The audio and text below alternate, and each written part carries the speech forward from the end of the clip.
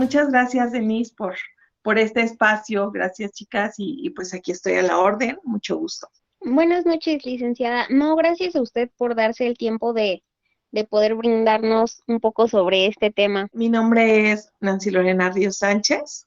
Soy licenciada en Trabajo Social. Soy egresada de la Universidad Autónoma del Estado de México. Aunado a eso, soy abogada y soy perito en materia de trabajo social desde hace ya más de 8 años. Justamente tengo la especialidad en peritaje social con perspectiva de género y con especial énfasis en reparación del daño a las víctimas. ¿De acuerdo? Entonces, pues bueno, en esta ocasión, algo que quiero compartirles son justamente cuáles son los elementos sustanciales de la prueba pericial en materia de trabajo social. Esto en un proceso de guardia y custodia. Como todos sabemos, justamente, la prueba pericial va a ser, por regla general, la opinión que va a dar un experto sobre un determinado tema que está en litigio, ¿de acuerdo?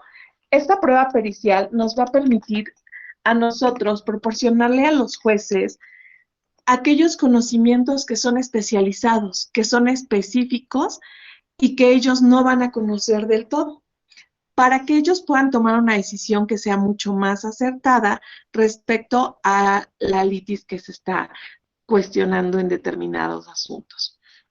Nosotros encontramos que para Cipriano Gómez Lara la prueba pericial es una opinión técnica que está referida a determinado asunto.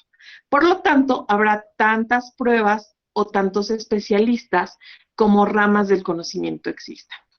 También nosotros encontramos que la prueba pericial está definida como el examen de personas, hechos u objetos que es realizado por algún experto, por un experto en determinada ciencia y que le va a ilustrar al juez o al magistrado que está en aptitud de decidir respecto a una causa civil, criminal, mercantil o laboral, cuáles son los elementos que le permitan conocer de manera más asertiva y más cercana la realidad sobre la que él va a tener que decidir. En este caso, la prueba pericial en la que nosotros nos vamos a enfocar está encaminada directamente con el derecho familiar. Y vamos a entender justamente por el derecho familiar este conjunto de normas jurídicas que van a regular las relaciones personales, patrimoniales, entre los miembros de la familia para con ellos mismos como parte de un sistema y respecto a terceros.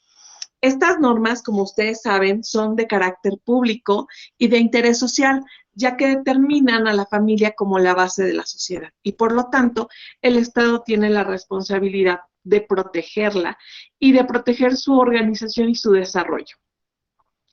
Entonces, todas estas normas tienen que considerar justamente los derechos humanos como son la igualdad, la no discriminación, el respeto y la dignidad, porque es la base de nuestra sociedad. Partiendo de esto, nosotros podemos entender que las relaciones que están reconocidas por el derecho mexicano son, entre otras, el matrimonio, el divorcio, el concubinato, la paternidad, la adopción, la filiación y, por lo tanto, bueno, entre ellas la tutela y también la guardia y custodia. Entre todas estas principales relaciones que se reconocen por parte del derecho, nosotros podemos identificar que de ellas nacen las relaciones familiares y las obligaciones familiares. Es decir, el Estado va a garantizar o va a procurar garantizar que la familia como base social, como célula, cuente con condiciones de desarrollo mínimas y que cumpla las funciones mínimas necesarias. La función de la familia, en este caso, podríamos hablar que sería favorecer el desarrollo personal y social de los integrantes de la misma. Entonces, como esta es la función, cuando se rompen estas relaciones, el Estado tiene que seguir vigilando que se cumpla con el objetivo de estas mismas, aun cuando ya no sean cercanas. ¿De acuerdo? Vamos a una repasada rápida respecto a estas relaciones y por qué son importantes. Decíamos nosotros que encontrábamos la filiación, que era el vínculo jurídico que existe entre dos personas. Una va a descender de la otra y por lo tanto le va a dar el carácter de identidad al menor o a quien desciende, ¿de acuerdo? Y con lo cual implica ciertas responsabilidades, como podría ser la guardia y custodia, la educación, el cuidado, la procuración de las necesidades elementales. Después nosotros encontramos también aquí que hablamos acerca de la paternidad y la maternidad. Esto como tal es la consecuencia de la relación jurídica que se da por medio de la filiación. Esta paternidad y maternidad va a incluir actividades que le permitan al progenitor ejercer actividades de cuidado, de manutención, y es básicamente la relación paterno-filial, ¿de acuerdo? Después de esto, nosotros vamos a encontrar que además de la paternidad, nosotros contamos con la guardia y custodia, y que esta guardia y custodia en muchos casos es una consecuencia de cómo se rompen las relaciones familiares y se da la controversia entre ambos padres, entre los progenitores.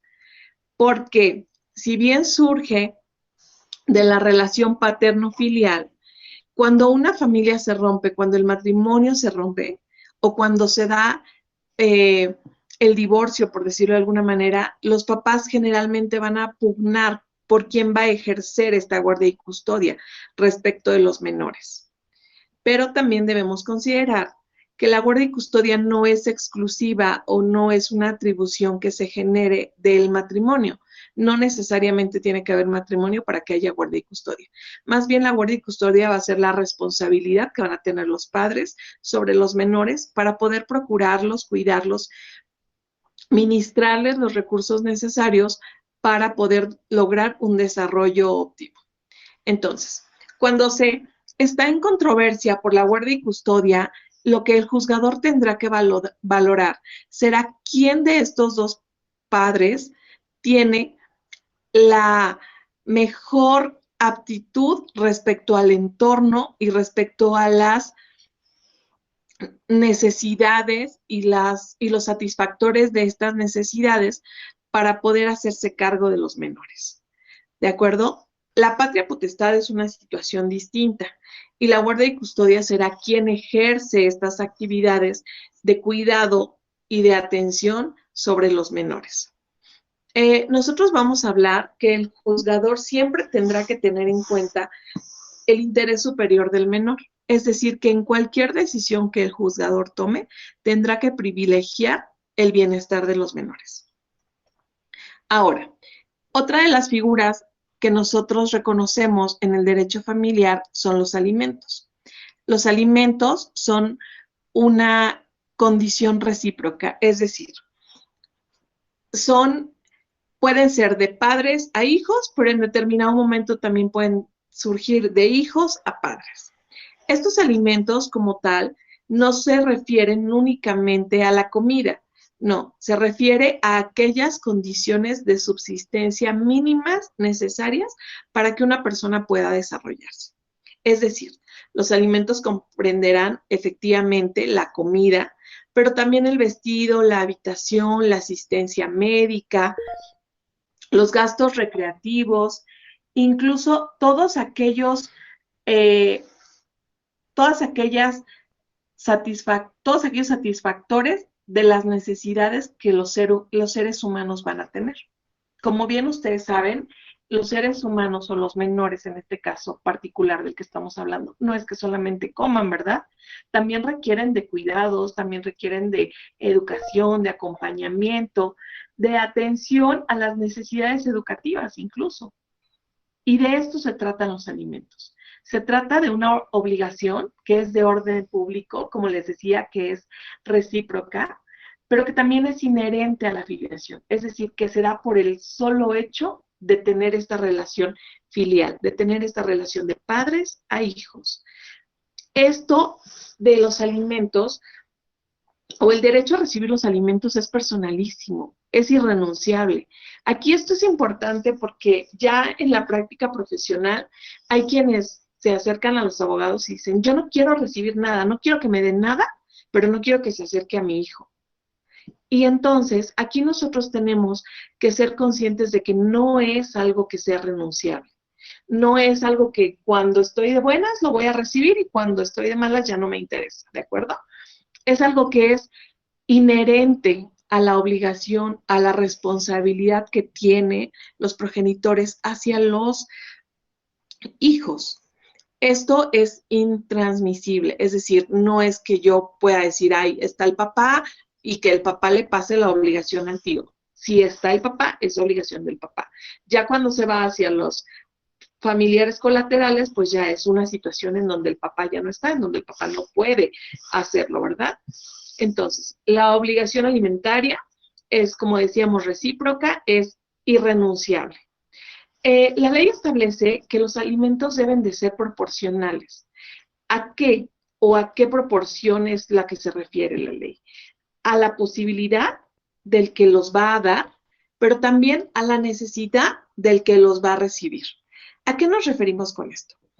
Que efectivamente los alimentos tienen que ver con lo que los menores necesitan y con la calidad de vida, en muchos casos, a los que los menores estaban acostumbrados, pero también a la posibilidad que el progenitor tiene para poder otorgarlos. Aquí es importante, y ya entraríamos justamente como en materia de la prueba pericial de trabajo social, porque esto va a ir determinado directamente con la calidad de vida que los menores están teniendo. Es decir, imaginen ustedes que hay un caso en donde el papá o la mamá, alguno de ellos dos, cuenta con una capacidad económica importante y le permite satisfacer las necesidades económicas y materiales de los menores de una manera holgada, de una manera no tan limitada. Pero esta persona solamente quiere dar los recursos económicos escasos. Esto no es aplicable. Tiene que ir directamente proporcional con la capacidad que tiene de otorgarse por parte de los progenitores. Y también tiene que ver con la necesidad de quien los recibe, porque está la parte contraria. Existen los papás, hablando de papás en el término genérico, no nada más como de varones o mujeres como madres, sino los padres que dicen, yo quiero que le dé una cantidad elevada, una cantidad que no es acorde a las necesidades que tienen los menores. Esto no es viable, tiene que ir equilibrado, tiene que ir correlacionado entre la capacidad y la necesidad que se tiene, ¿de acuerdo? Entonces, si nosotros hablamos de que la guardia y custodia también va directamente relacionada con los alimentos que se tienen que proporcionar para los menores, hablamos de que la prueba pericial en materia de trabajo social es una prueba idónea y pertinente para poder demostrar justamente cuál es la capacidad que va a tener el deudor y cuál es la necesidad que va a tener el acreedor. ¿Por qué lo vemos así?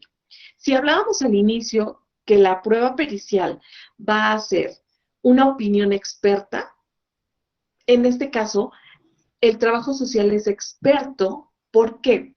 Porque el trabajo social es una disciplina que forma parte de las ciencias sociales. Es una disciplina científica porque cuenta con teorías, con métodos, con elementos técnicos, pero también con elementos científicos para poder interpretar la realidad. Como les decía, el trabajo social es una parte de las ciencias sociales que tiene como objeto de estudio justamente las intersecciones que se dan entre el ser humano y su entorno. ¿Cómo es que el ser humano se desenvuelve en un determinado ambiente? ¿Cómo este ambiente afecta al individuo? ¿Y cómo este individuo afecta al ambiente? Es decir, cómo es que se dan estas relaciones y cómo es que determina el desarrollo personal, el ambiente en el que se desarrolla. Esto se va a llevar a cabo únicamente mediante la utilización de diferentes teorías del comportamiento humano y también de diferentes teorías sociales acerca de cómo estos sistemas se van interactuando y van generando características y condiciones de desarrollo humano. Vamos a recordar también que ontológicamente el trabajo social integra dos dimensiones. Una es la práctica social y otra es la parte que va a diagnosticar, que va a interpretar. En el caso de las pruebas periciales, no se va a llevar a cabo una intervención de trabajo social, más bien se va a llevar a cabo un diagnóstico, que por medio del estudio, por medio de la teoría, por medio de la investigación que se lleva a cabo sobre un determinado caso particular, se pueda explicar la realidad de este caso. ¿De acuerdo? Y que después de explicar esta realidad se puedan proporcionar elementos que permitan entenderla y que permitan conocerla para poder llevar a cabo una decisión judicial. Vamos a ver que dentro de las pruebas periciales en materia de trabajo social hay tres que son muy comúnmente solicitadas y que no es lo mismo, aunque parecieran ser lo mismo. La primera es cuando en los juzgados o en el proceso judicial se solicita un informe social. El informe social se va a caracterizar por ser solamente un extracto descriptivo de la investigación que se realiza. Efectivamente tiene que haber una investigación, tiene que haber un análisis documental, pero el informe social como tal es un producto, es solamente una parte de esta investigación que se llevó a cabo respecto al caso. Y este va a hacer de una manera muy breve. Va a ser reducido con respecto a la realidad social y le va a poner ciertos límites respecto a las aportaciones que se pueden dar al juzgador para poder conocer la realidad. ¿De acuerdo? Después vamos a encontrarnos con el dictamen pericial, que sería lo ideal que pudiera integrarse en todos los procesos de guardia y custodia.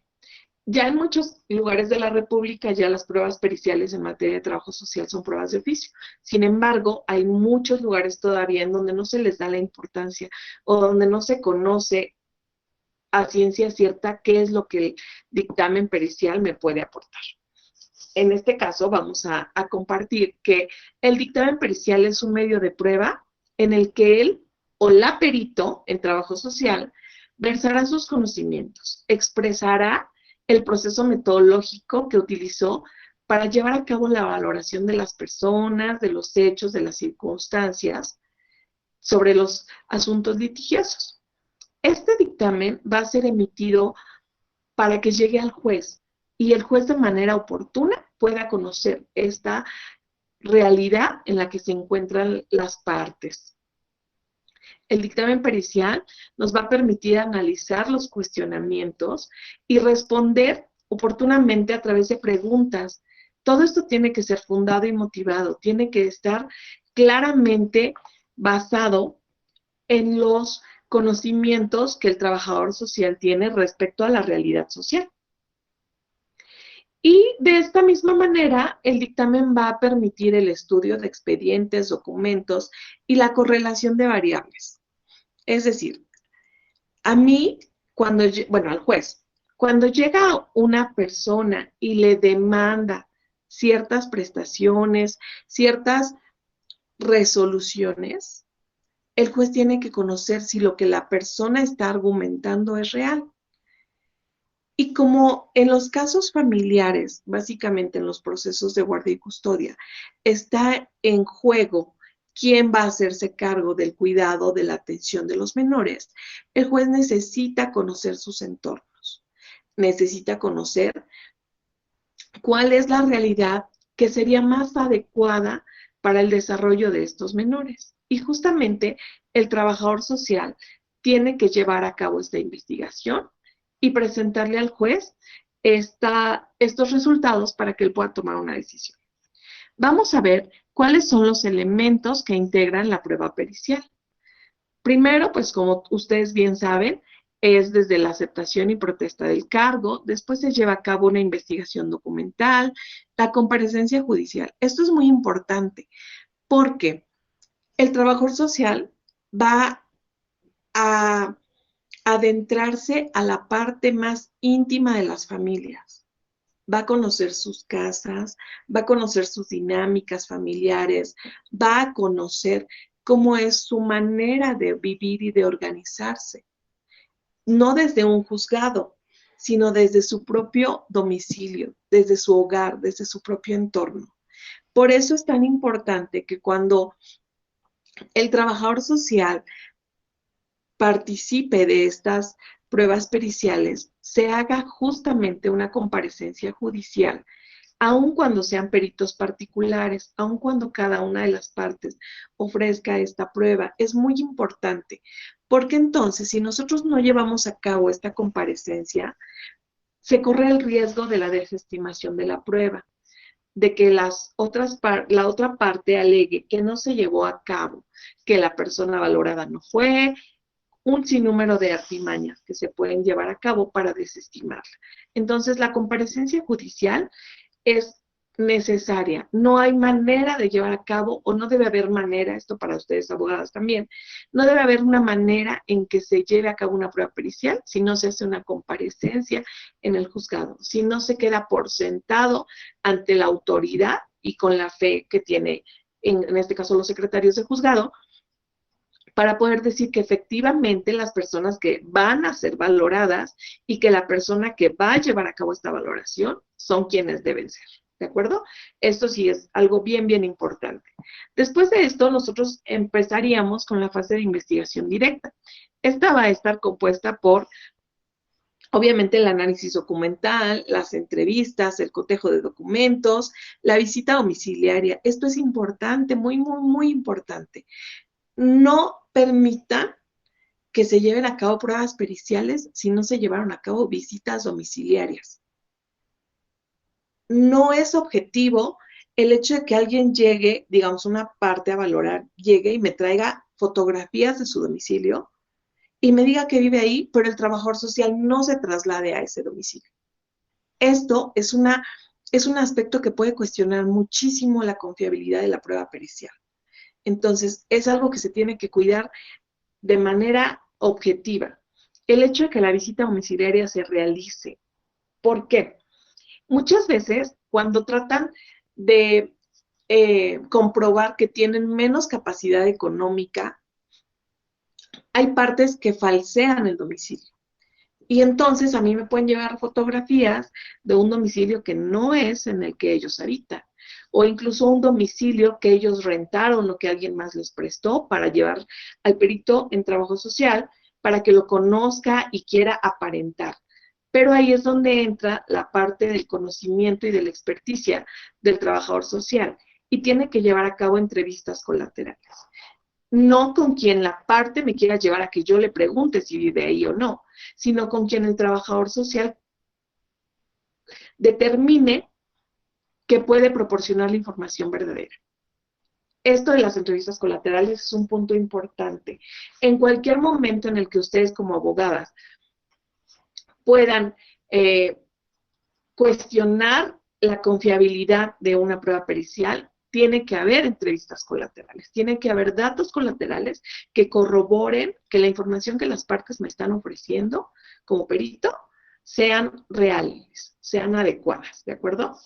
Después de estas entrevistas colaterales, nosotros vamos a cuidar que también la pericial en trabajo social integre el análisis y la información, la correlación de variables. Es decir, yo como trabajador social ya observé la dinámica familiar, observé las condiciones en las que viven, las necesidades que tienen, el entorno.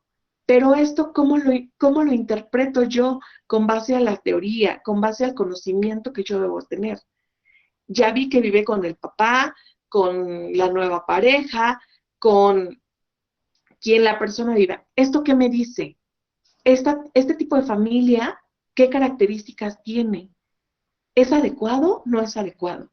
Y es entonces en esta correlación de variables donde yo voy a obtener como perito elementos científicos y teóricos que le permitan al juez conocer esta realidad. No basta con que digan, vive fulano, sutano y perengano. No, ¿cómo es la interacción? ¿Cómo se da la relación? ¿Es una familia integrada, no integrada? ¿Cumple las funciones? ¿No las cumple? ¿De acuerdo? Y ya por último, se tendrá que llevar a cabo la elaboración del dictamen y obviamente el desahogo de la prueba.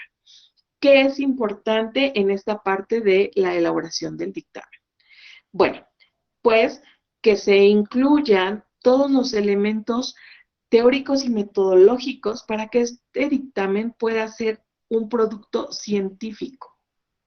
Es decir, que toda la información que se investigó por parte del trabajador social tenga relevancia en el juicio. Que toda la información que el trabajador social va a proporcionar cuente con un sustento teórico para explicar el porqué de esta dinámica. ¿De acuerdo? Bueno, ¿qué elementos vamos a considerar como sustanciales para que se lleve a cabo una prueba pericial? Si bien hablábamos que la prueba pericial debe de incluir los alimentos, que ya dijimos que son efectivamente la alimentación, comida, la vivienda, las condiciones de la casa, por quién está habitada, cómo se encuentra en condiciones de higiene, de orden, de organización, si está ubicada en una comunidad rural, en una comunidad urbana, si cuenta con servicios, si la vivienda cuenta en sí o es en sí un medio de protección y que le permita a los menores el desarrollo de ellos. No se trata nada más como decir el domicilio, no, vamos mucho más allá. ¿De qué materiales está construida? ¿Cómo está distribuido el espacio? ¿Hay hacinamiento? ¿No hay hacinamiento? ¿Las condiciones de higiene son adecuadas? ¿Los menores tienen acceso a los servicios públicos? ¿Es una zona segura? ¿Es una zona en la cual los menores pueden acceder a servicios escolares? ¿Hay acceso a transporte? ¿Hay acceso a empleos? Todo esto incluye desde el análisis que se hace sobre la vivienda. Después nosotros encontramos el vestido. Podría parecer muy sencilla esta parte, pero nos proporcionaría elementos importantes. ¿Por qué? Si bien es cierto que los alimentos tienen que ir correspondientes a la necesidad, tampoco es que los alimentos, que el vestido, perdón, en determinado momento sea únicamente la ropa que traen puestos, ¿no? Sino si cuentan con estos medios de protección para su cuerpo. ¿A qué me refiero? No se trata solamente de ver si los menores cuentan con ropa y con calzado adecuados, sino quién se encarga, por ejemplo, del lavado de la ropa. ¿Quién se encarga de ir y de procurarles estas condiciones de protección corporal? Es decir, puede tener ropa suficiente el menor o puede tener ropa insuficiente y zapatos. Pero, ¿qué pasa también con, por ejemplo, las cobijas con las que él tendría que taparse? ¿Cuenta con un espacio adecuado para poder dormir? ¿Cuenta con un espacio adecuado para poder cambiarse con respecto a la privacidad, con respecto a la seguridad de su propia persona? Y esto es algo que generalmente no se toma en cuenta en las pruebas periciales. Y es muy importante. En el caso de los menores, ¿quién los ayuda? Cuando son incapaces, ¿quién los atiende con respecto a las necesidades de limpieza? ¿Quién atiende sus necesidades respecto a, a la limpieza de la ropa, al orden, a aquellas condiciones? Porque un menor no solamente necesita que alguien le dé 2 prendas de ropa y con eso se pueda satisfacer esta necesidad. Va mucho más allá. Después nosotros encontramos que también incluye la necesidad de los servicios educativos. Esto no es solamente los pagos de inscripción o de colegiaturas o de escuela, incluye desde el traslado que tiene que llevar el menor a la escuela. ¿Quién lo lleva? ¿Quién lo recoge? ¿Cómo se traslada? ¿Toma transporte público? ¿Tiene transporte privado? ¿Quién está al pendiente de las calificaciones, de las tareas, de los materiales que le piden en la escuela? ¿Quién está como tutor en la escuela? El que está como tutor funge un papel activo, está al tanto de las necesidades educativas de los menores o no está al tanto. Todo esto es parte de lo que viven los niños, los menores en su realidad cotidiana. Por eso es tan importante poder ver, porque en la escuela o la educación no consta solamente del pago de la inscripción o de la cooperación, no, también va implícito quién hace tareas con ellos, quién se sienta por las tardes a explicarle las tareas, o no hay nadie que se siente. Entonces ahí se tiene que determinar si el menor cuenta con los elementos de apoyo, los materiales, los medios de acceso necesarios a la educación. Y si no se cuenta, es una oportunidad para que el trabajador social lo evidencie ante el juez. No hay quien se ponga a hacer tarea con ellos. La mamá o el papá o quien ejerce el cuidado de él no cuenta con los elementos necesarios para que el juez entonces lo pueda tener en cuenta y pueda considerar en algún momento incluso pedir o girar instrucciones para que se reciba un apoyo psicopedagógico. Recordemos que todas estas áreas son áreas que van a afectar el desarrollo de los menores. ¿Qué pasa con las actividades extracurriculares? Quizá el niño necesita actividades de apoyo, de reforzamiento, y porque la pensión alimenticia no alcanza, no puede tener acceso a estas oportunidades. Entonces, esto de la educación va mucho más allá del pago de las colegiaturas, del pago de las cuotas de cooperación o del pago de lo que se está requiriendo para poder llevar a cabo la educación, ¿de acuerdo? Después nosotros vamos con respecto a la atención médica. Generalmente la atención médica tiene que incluir desde los aspectos preventivos, curativos y de rehabilitación. Es decir, el antes de que se necesite la atención médica, el durante el momento en el que el cuerpo, en el que el estado de salud está siendo afectado y en el momento posterior al que el estado de equilibrio o salud se le pudo haber reparado, recuperado. Entonces, la atención médica no nada más incluye el pago de la consulta médica, incluye también aquellas actividades de prevención, aquellas actividades en las que se van a incluir la satisfacción de necesidades que conservarían un estado de salud. ¿De acuerdo? Pueden ser las visitas preventivas, pueden ser incluso las vitaminas o el tipo de dieta que los niños estuvieran llevando a cabo si presentan alguna desnutrición o alguna condición de sobrepeso, de obesidad.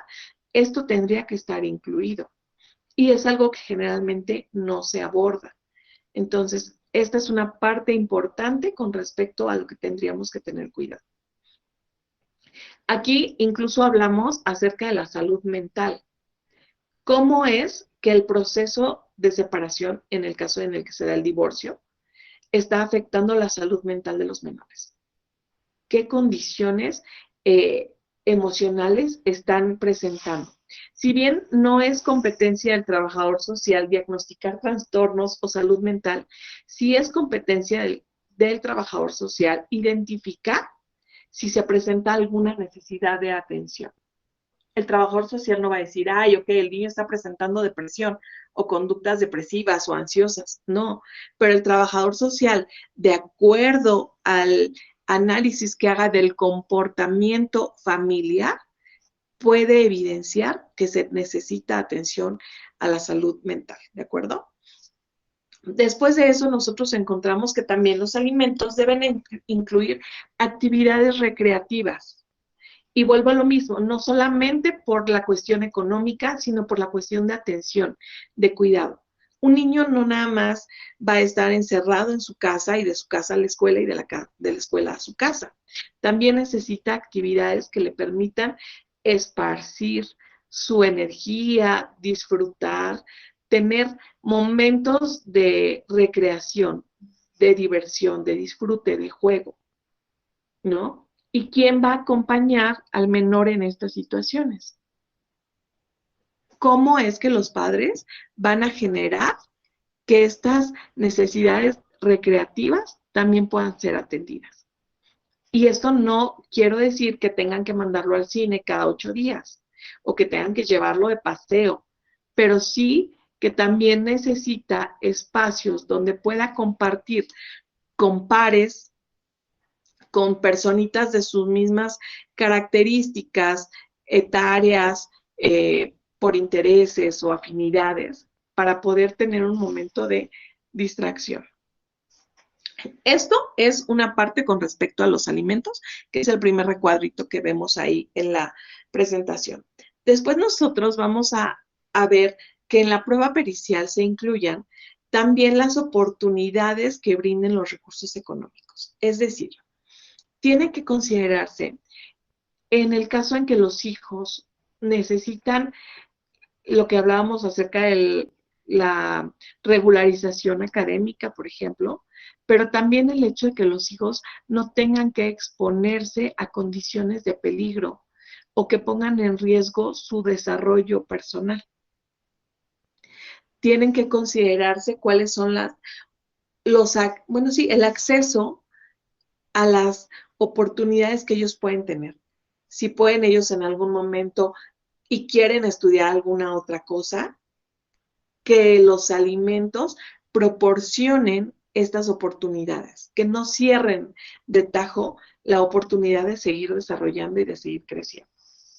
¿Qué otra cosa nos interesa mucho en una prueba pericial? La convivencia.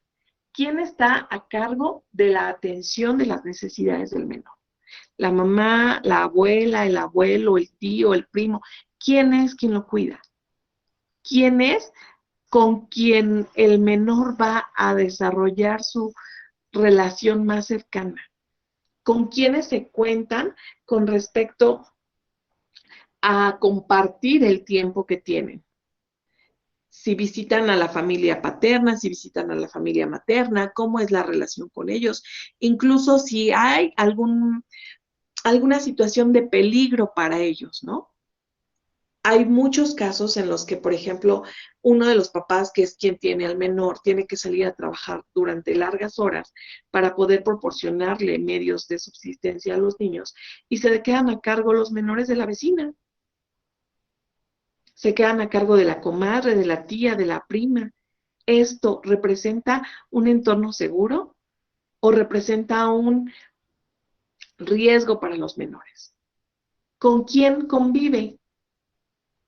¿Quién lo cuida? Esta parte es muy, muy importante que se pueda dejar en clara en la prueba pericial.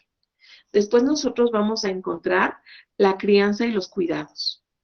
¿A qué nos referimos con esto? ¿Qué estilo de crianza es el que se lleva a cabo con los menores? ¿Hay una comunicación cercana? ¿Hay violencia? ¿Quién está a cargo de los cuidados del menor lo puede satisfacer o se siente sobrepasado? Si ya de por sí la paternidad y la maternidad en condiciones normales representa retos, representa riesgos, representa cansancio, imagínense ustedes cuál es la carga mental y la carga de trabajo que tienen los padres o madres que tienen a cargo de sí a sus hijos. No es lo mismo tener que dar una pensión alimenticia de 350 pesos a la semana y con eso que se olviden a tener que estar pensando qué voy a hacer de comer, a qué hora les voy a dar, quién los va a llevar a la escuela, a qué hora me pongo a hacer tarea con ellos, cuándo pongo a lavar su ropa, que tienen que ir a la peluquería, que los zapatos ya no les quedan. Es una carga mental impresionante la que se lleva a cabo. Y esto tiene que verse evidenciado, tiene que manifestarse en los dictámenes para que el juez lo tome en cuenta. ¿De acuerdo? Después de esto, nosotros encontramos acerca de redes familiares y de redes de apoyo, que va muy relacionado con la convivencia que yo les manifestaba hace un momento. ¿Qué pasa cuando el menor no tiene quien lo vigile cuando solamente vive con la mamá, por ejemplo, ¿no? Y la mamá se va a trabajar jornadas extensas y el menor queda en la casa solo. La mamá tiene que fletearse o el papá tiene que hacerse cargo totalmente. ¿Con quiénes cuentan? La visita familiar, en caso de una urgencia, en caso de necesitar apoyo, ¿quién los apoya? Esto es importante evidenciarlo, porque si bien es cierto, en los casos en los que se está controvertiendo la guardia y custodia, está siendo por los padres, por los progenitores. Pero ¿qué pasa también con las familias extensas? Es decir, abuelos, tíos, primos. ¿Ellos tienen relación con los menores? ¿Ellos buscan la manera de acercarse? Esto es importante, ¿de acuerdo? Entonces, las redes familiares y las redes de apoyo. ¿Quién le apoya al progenitor que tiene al cuidado del niño para cuidarlo? La amiga, el amigo, el novio, la nueva pareja, ¿quién? ¿Quién apoya para el cuidado? Porque recordemos que así como la familia es la célula social, pues también entonces la familia tiene que estar interrelacionada con su entorno. ¿Quiénes son parte de ese entorno? ¿Es seguro? ¿Son personas que van a fomentar el desarrollo de los menores o no lo van a hacer? Después de eso, nosotros hablamos del entorno social. El entorno social van a ser todos aquellos subsistemas en los cuales van a tener una interacción con los menores. Por ejemplo, escuela, iglesias, clubes deportivos, amigos, parientes más lejanos, la misma comunidad. ¿Cómo es que estos aspectos van a influir en el desarrollo de los menores?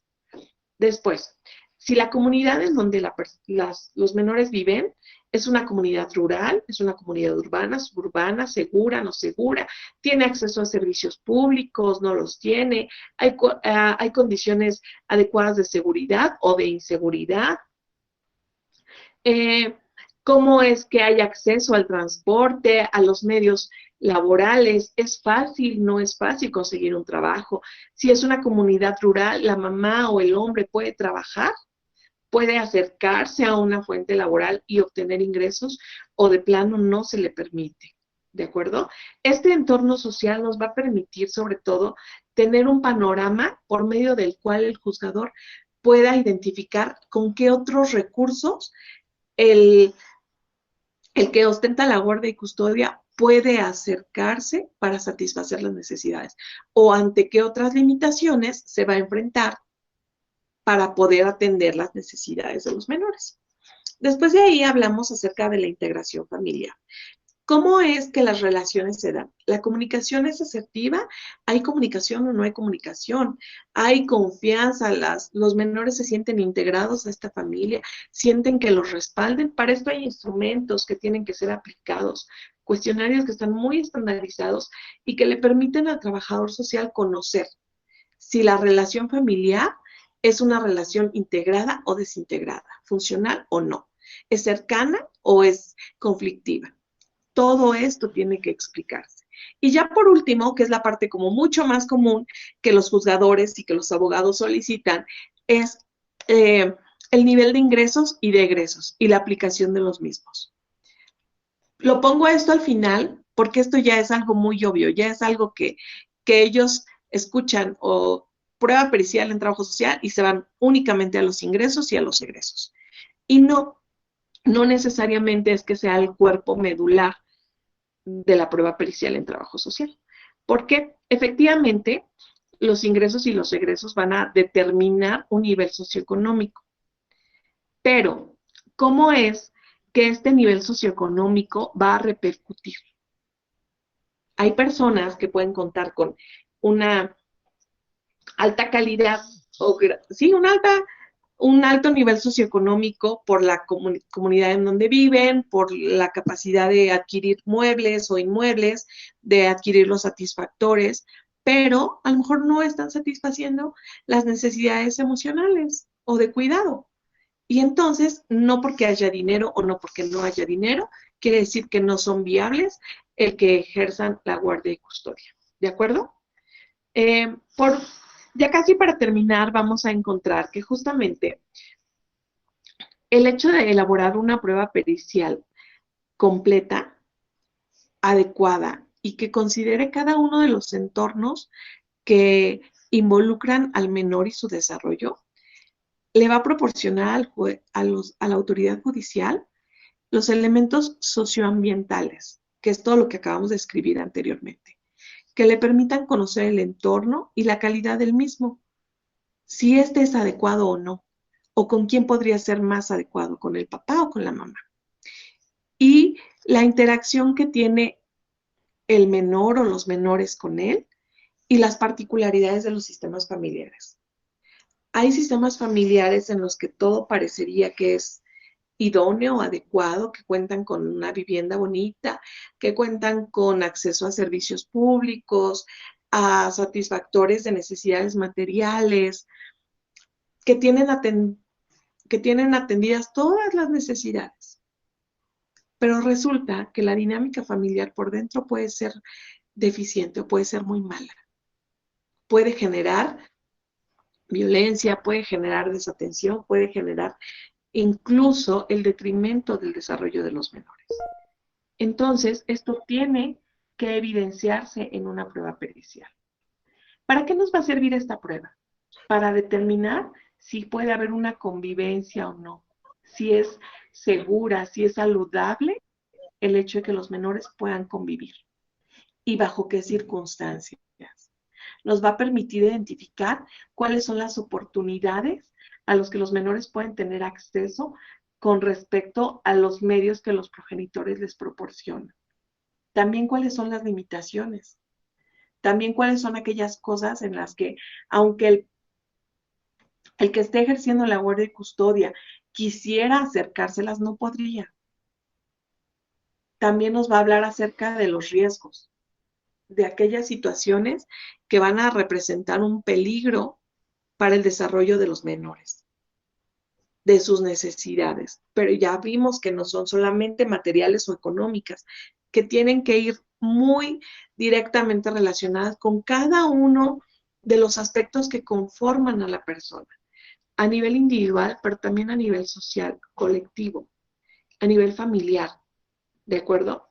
Y obviamente, pues el nivel socioeconómico. Siempre, todas estas valoraciones tienen que ser siempre teniendo como medida el interés superior del menor, ¿de acuerdo? Y ya por consiguiente, nosotros tendremos que tener o valorar que en cualquier prueba pericial que se presente ante la autoridad judicial, tiene que contener como mínimo los siguientes elementos. Primero, pues los datos de identificación y de acreditación del perito que está realizándolo, que cuente con los elementos teóricos, metodológicos y de experiencia necesarios para poder dictaminar. Segundo, que haya utilizado una metodología, que en esta metodología se incluyan teorías, se incluyan métodos, técnicas y la interpretación de los mismos. Después de esto, nosotros vamos a encontrar la descripción de los hallazgos, es decir, qué fue lo que yo encontré en esta realidad particular, cómo lo interpreto, cómo es que mi condición de experto me permite decir qué calidad y qué cualidad tienen estas realidades. Después de esto, pues encontramos las conclusiones, que sería ya definitivamente la opinión técnica, ¿sí? Ya de una manera breve, cuáles son mis consideraciones como profesional ante este caso que he estudiado. Por último, pues los anexos y las referencias bibliográficas, ¿verdad?